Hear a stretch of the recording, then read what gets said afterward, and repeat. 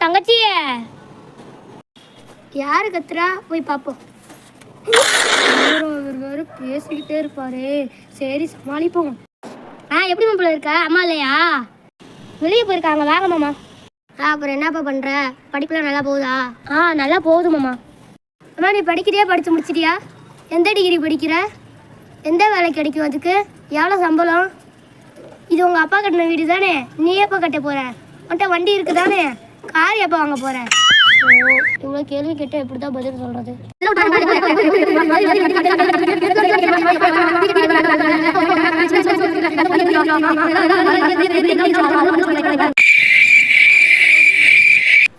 சொல்லு தங்கச்சி.